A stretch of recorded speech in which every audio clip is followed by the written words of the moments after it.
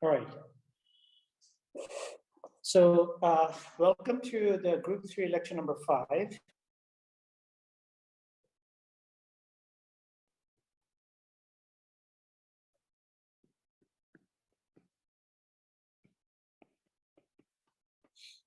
So I think you had a tutorial, and let me just first ask if there are any questions coming from the tutorial. I will make some comments on it.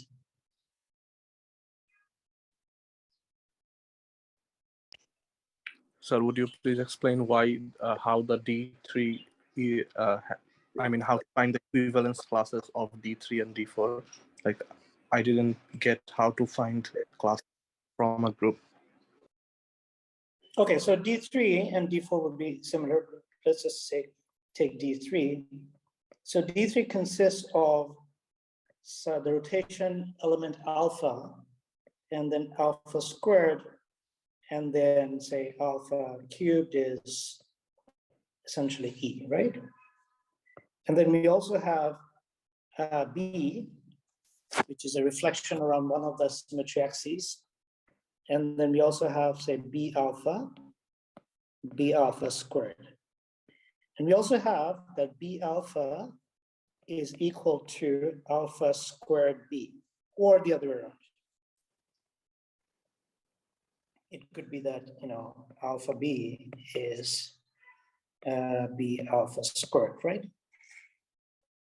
So first thing to note is that, like E, this is always its own equivalence class, right? Let's call it E, right? Because, for whatever G you have, you're just going to get E, right? So, and you're not going to get any other elements in this equivalence class. So this is equivalence class number 1. Number 2 is that you want to say, okay, then pick an element which is not in this equivalence class. So we have a choice of picking this one, this one, this one, this one, this one. So we have 5 choices. Let's pick alpha. So let's pick alpha because it's not in the equivalence class that we have already established. And then we take all the elements of G and conjugate alpha. So what are these tries? So let's take, say, G to be alpha itself. Then what is G inverse? Can someone tell me? Alpha squared. Right, alpha squared. So then we have G alpha, G inverse. This is going to be alpha times alpha squared. But we know that alpha cubed, which is this thing, is the identity element. So this is alpha. So we see that conjugating by alpha does not give us any new element. Okay, so let's then start with try another. We go down the list of all the elements, and then we take alpha squared. Is it like except alpha, we have to replace other elements in the G? Well, also alpha, we also took alpha, right? Yes, sir. So we took G equals to alpha squared, and then G inverse is then alpha, right? And then G alpha, G inverse is going to be alpha squared times alpha alpha. So again, we get alpha. So none of these elements conjugating by alpha or alpha squared give me a new element. Now let's go and see what we can do with B. Okay, so if we basically take G to be B. If G is B, what is G inverse?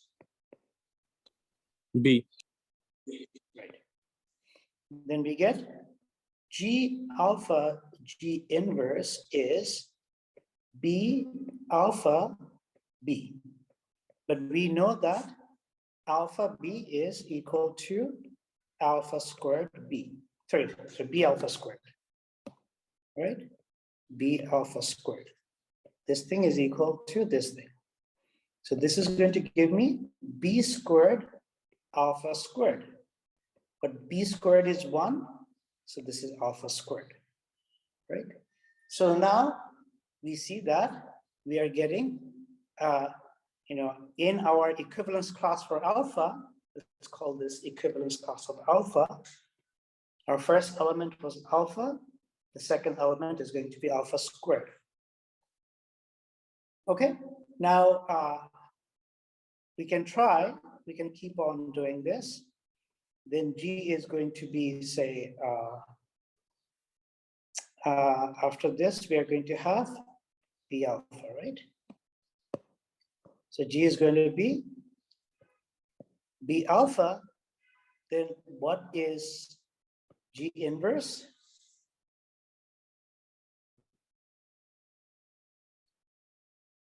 B alpha square? B alpha squared. Yes. Alpha square B. Yeah, I mean, you can write these things in many different ways using this commutation, this commutation relationship, right? So, so this is basically that relationship, non-commutation here. So, Saif is like, okay, this is just a reflected version of a rotation, so that should be equal to this, right? That's how you Saif, you get it, right? Oh yeah, but I actually put the square on just the alpha. I don't think that's correct. Okay, let's see if it should hit. So you said B alpha squared, right? And let's see if that works. G inverse is B alpha squared. But this is B alpha squared. So this is 1. Then we have alpha, right? So this is, yeah, this is not equals to identity. So that's not going to work. So so this is going to be Farhan, what did you say? I said alpha square B. Alpha squared B. Okay. Farhan said alpha squared B. Let's try that. So this doesn't work. G inverse is B alpha squared B. Now alpha squared is 1. Alpha squared is 1, and then we have B squared, which is 1, right? Seems like that's good. Yeah. So now if I use this, then G alpha, G inverse, G is B of alpha, and then alpha squared of B, right? So here we have alpha cubed, and alpha cubed is giving me 1. So B, the identity. So, sorry, I should really use E here, not 1, right? So, yeah, sorry about that, yeah. So B, alpha B, which is B alpha squared, right? And therefore this is going to be alpha squared. So we see that that element is already included. So by conjugating by B alpha, we don't get a new element, right? So we now have one left, which is the last element, which was when G is B alpha squared. Of course, from this one, can you guess what G inverse will be? Alpha B.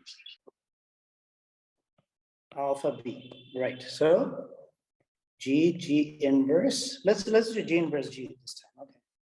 So G inverse G is alpha B, B alpha squared. Of course, B squared is 1, alpha cubed is, so I did this identity. Good. So now if I do G alpha G inverse, I get B alpha squared alpha alpha B. And therefore, this is going to be B identity, because these three make identity, alpha of B. So we get B alpha B, which is alpha squared, B squared, which is alpha squared. Again, we see that we don't get a new element. That means this conjugacy class only consists of 2 elements, right? I have a question. So I just want to make sure that we didn't use alpha cube because alpha cube is already in the previous conjugacy class, right? Alpha cubed is E, yeah. Yeah. Okay. Yeah, exactly. Very good. So we've got the second conjugacy class. Now for the third conjugacy class, we have to pick an element which is in none of the conjugacy classes before, and that is B, right? So now we are looking at the conjugacy class of B. So B is of course going to be there. And now let's do say, let G be say alpha, and then G inverse is alpha squared, and then we have G B G inverse is alpha B alpha squared, which is going to be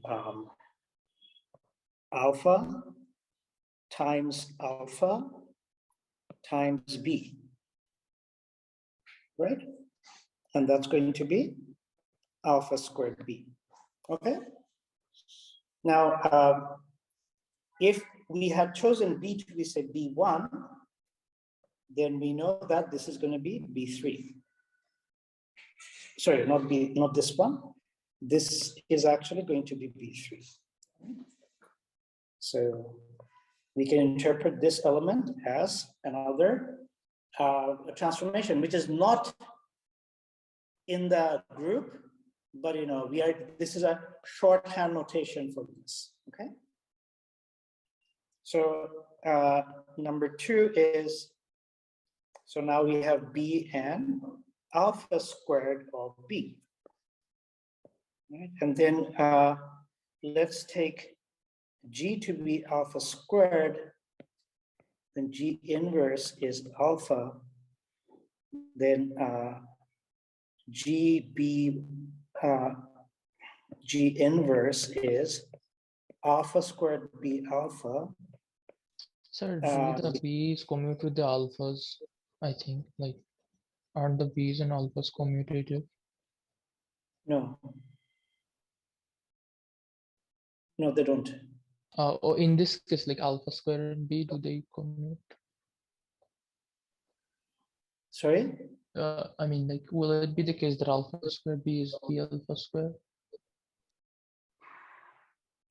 Sorry, I don't follow. Can you be more? I mean, like, is there any like alphas or B's that commute? Like, can we have such operations here? No, you can't, because B will, if you have an alpha, which is a rotation, B, which is a reflection, you know that you're never going to get, in general, they won't. There might be a specific case, like say, if you take for some shapes, they will, okay? And we'll come to that. This is a non-abelian group, right? Yeah, but non-abelian groups can have centers, right? Oh, okay. And in which everything commutes. And we'll come to that, yeah.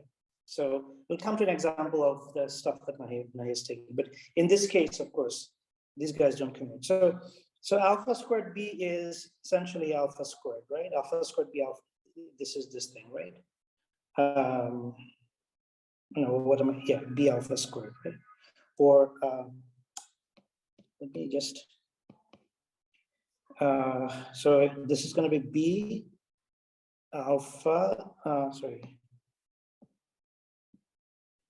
alpha squared B, and this is going to be alpha of B, right? So this is going to be, then we can give it a name, which is going to be B2. So, so this will be alpha B. Okay, let me just, we can call this, oh, sorry, it's not a comma there. It shouldn't be a comma there, yeah. Alpha B.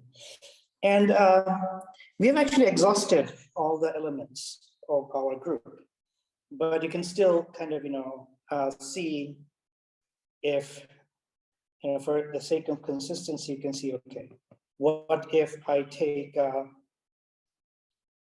yeah, I think, yeah.